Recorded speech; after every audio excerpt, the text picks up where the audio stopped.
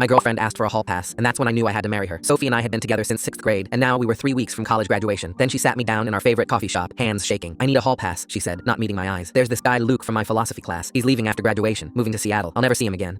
I need one night. She'd been different since her cancer came back junior year. We thought we'd beaten the leukemia, but she'd been acting strange lately, secretive with her phone, leaving study groups early, coming back to our dorm late with vague excuses. You can say no, she added, but I'll resent you forever for stealing this from me when I might not have much time left. For weeks, I'd watched her guard her phone like a secret, quickly darkening the screen whenever I approached, though not before I caught her smiling at whatever she was reading. She'd been mentioning Luke more often in conversation, commenting on how smart and cool he was. Each day brought new pressure as she turned crueler about her request. Maybe I just need to know what it's like to be with someone who doesn't see me as this fragile, sick thing, she said, and that stung. Someone who doesn't know my whole history, who just sees me as Sophie, not Sophie with cancer. And she pulled up Luke's Instagram to show me. I understood why she was drawn to him. This athletic philosophy student with photos of mountain hikes and academic conferences, exactly the kind of intellectual adventurer Sophie would find fascinating. By Friday, she'd planned everything out. There was a day party Saturday at the Pike House for graduating seniors where Luke would be. I'm doing this whether you approve or not, she said matter-of-factly. I'm just giving you the courtesy of knowing one afternoon, that's all. Soon, Jess was texting me, calling me selfish, insisting Sophie deserved to live before it was too late. My own roommate took her side when I told him, dude, if she's gonna die, just let her have this, he said. What's one afternoon compared to 12 years? Saturday came. I tried to stay in my room, tried to play video games, tried to sleep. But at 2 p.m., I saw her from my window walking across campus in a sundress I'd never seen before, her hair done in a way that took effort. She was smiling, checking her phone, practically bouncing as she walked. I couldn't help myself. I followed at a distance, baseball cap pulled low. She walked toward Greek Row, toward the Pike House where music was already blasting, but then she walked right past it. My heart dropped as she continued to the Sigma Chi House 3 doors down. A guy came out to meet her on the front steps, tall, confident, but looking nothing like the athletic philosophy student from the photos. This guy was thinner, wearing glasses, clearly nervous. Luke. She laughed at something he said in that way she used to with me. They didn't go inside. Instead, they started walking together toward campus, Sophie gesturing wildly as she told some story, making him laugh, walking close enough to seem familiar. They looked comfortable together, natural, like they'd done this before. I kept following, feeling insane. They walked past the student union, past the library, all the way to the university hospital. My stomach turned. Everyone knew what the Saturday afternoon clinic at University Hospital was for. That's where kids went for STD testing after their hookups, for Plan B, for all the consequences of Friday night mistakes, the walk of shame destination. I felt physically sick watching them head toward those doors. While Luke went inside, Sophie waited on a bench, absorbed in her phone, radiating contentment. After 20 minutes, he reappeared wearing a medical bracelet and carrying papers. Their hug looked celebratory until I noticed Sophie wiping her eyes. She turned and froze when she saw me. The color left her face instantly. Why are you here? She whispered, backing away from Luke. You were supposed to be forgetting about me. Please leave, Sophie said softly, but Luke looked confused. Wait, is this your boyfriend? The one you've been talking about nonstop? Sophie's face crumbled. Don't, she whispered, but Luke kept going. She said you were broken up. I don't understand. He looked between us. I'm just here for the medical stuff, the transplant. The world tilted. What? Luke showed his paperwork. Bone marrow donation. Final consent forms before Thursday. He looked at Sophie. You said he knew. Sophie collapsed on the bench, sobbing. The truth spilled out. There was no philosophy Luke. She'd invented him. Faked the Instagram with stock photos. This Luke was from Be the Match registry. He was a student here. The only match within 500 miles who could do the procedure before it was too late. The one night she'd demanded? His consent appointment. Every detail had been carefully orchestrated. The cancer's killing me, she said. 50-50 survival rate even with the transplant. You're 22. You shouldn't be planning a funeral instead of a wedding. I wanted you angry enough to move on, to find someone else, to live without watching me die. I couldn't bear the thought of you watching me fade away. All those secretive texts were medical coordinators and transplant logistics. Luke stood there awkwardly. Every appointment, all she talked about was making sure you'd be okay. The transplant is Thursday. I'll be there. The ring is still in my dorm. She loved me enough to break both our hearts trying to save mine.